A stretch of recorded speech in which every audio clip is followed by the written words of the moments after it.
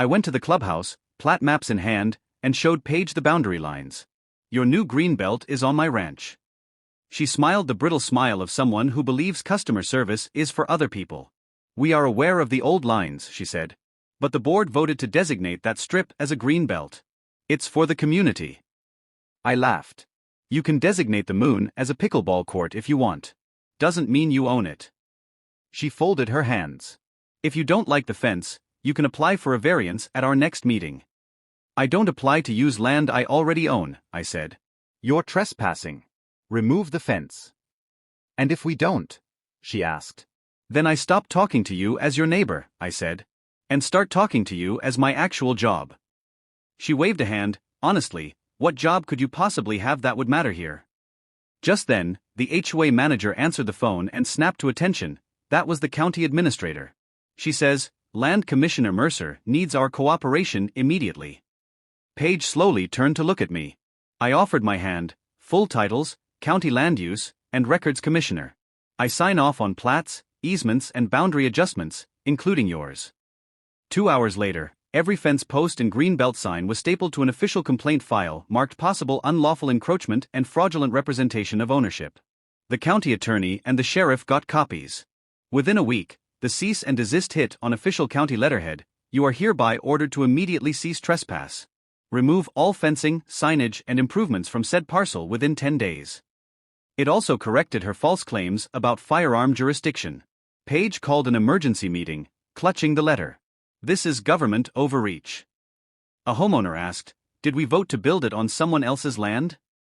I stood up. I disclosed my ownership to my staff. They opened the encroachment investigation. I am here as the guy you tried to fence out of his own land. I kept my tone even. Best case scenario, you rack up daily fines from the county and get sued by me for trespass. Worst case, your insurance company finds out you knowingly built on land you don't own and they start asking about fraud. The word fraud landed like a brick. The county survey report came back. The fence was wrong. 2 HOA monument signs were in the county right-of-way without a permit, and their irrigation lines extended onto my property. I sent my own letter. Any continued use will incur a daily trespass fee of $500, billed to the association.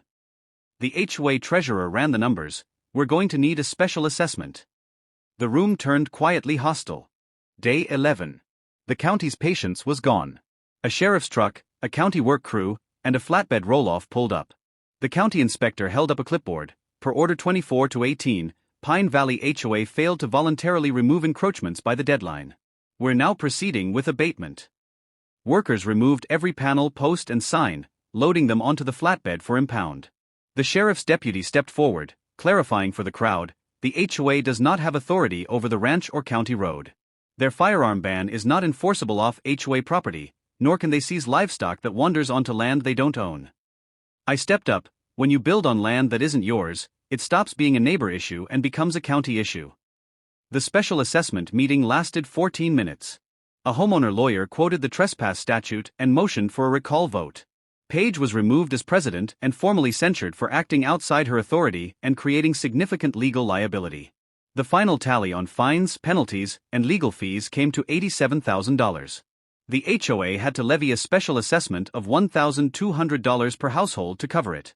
Paige stood at the podium, face pale, hands trembling as the votes were read aloud. She opened her mouth to speak, but no words came out. She walked out of the clubhouse for the last time as president.